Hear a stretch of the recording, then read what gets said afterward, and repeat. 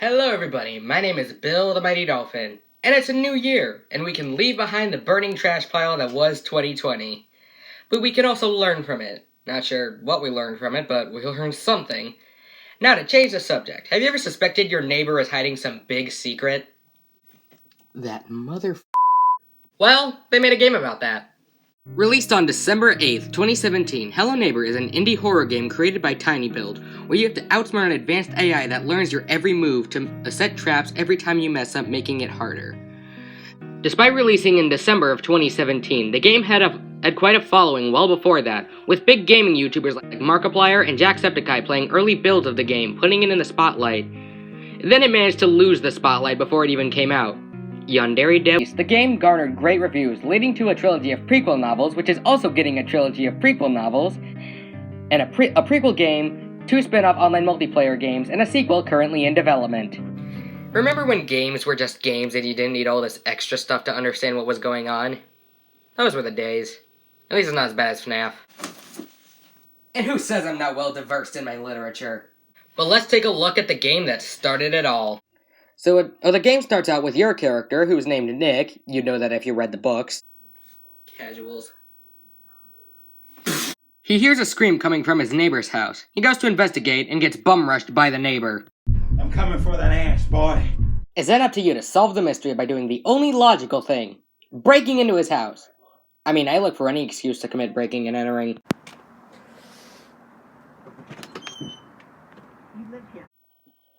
You explore the house looking for a red key that'll let you into the basement. There are multiple ways to do this, but I usually go in through the roof. Mission Impossible style.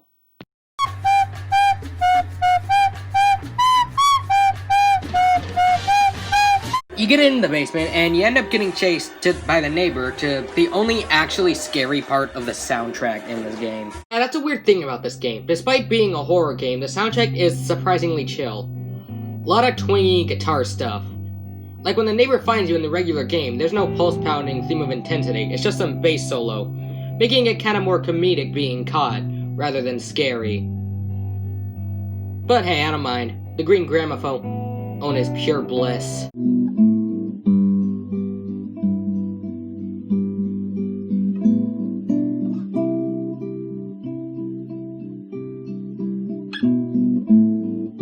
Truth that more is better.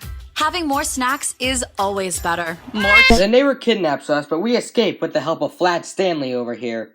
And to get out, you're supposed to find the keys to escape, but sometimes the game bugs out and you can just kind of yeet yourself out. Yeah, this game is pretty buggy. A lot of the time, you can just run into a wall, clip right through it, and end up crashing the game. And if you punch a crippled guy, he stands up and walks away. Oh wait, no, that was Cyberpunk. Anyways, we cut to the future where Nick is getting evicted from his apartment, or in the game's language is evicted. Yeah, this game does this weird thing where everything is an anagram of itself. I guess the game's creators thought they were clever. They're not.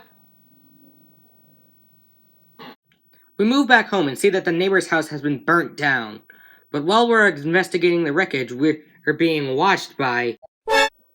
We go to sleep and wake up to find that Stalin's moved back in next door. I bet you can guess what joke I'm going to use here. Nobody expects the Spanish Inquisition! Now I have to go through a bunch of fear rooms and extra stuff to get to the basement, so it's time for a montage!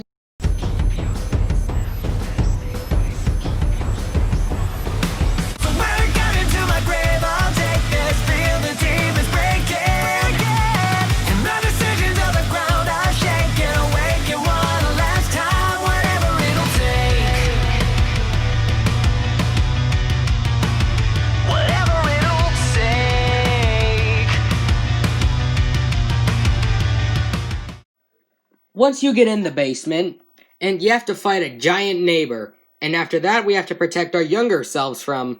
After conquering our inner demons, we exit to find out that it was all a dream. Now, normally I would call this a cop-out of an ending, but in this case, I like it. It's clear that Nick was traumatized from the neighbor and the events of his childhood. I believe the first 2 acts really happened, and the last 2 were a dream. So the end symbolizes Nick battling his inner demons. This is made clear if you actually read the books. This leads me to believe that...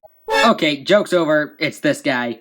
Anyways, this leads me to believe that the Shadow Man is a representation of guilt, about something in Nick's past from the books, which I won't spoil because they are a fun read. And with that, I believe I'm done with Hello Neighbor for now. But don't worry, I've got something special planned coming for the future. Take it away. Welcome, welcome, one and all. Walk through the door and hold on to your hats. Enter this hellscape of wonder and terror. In here you will witness only the most frightening, most bone-chilling, most terrifying beast the world has to offer. Welcome to the Gallery of Fear.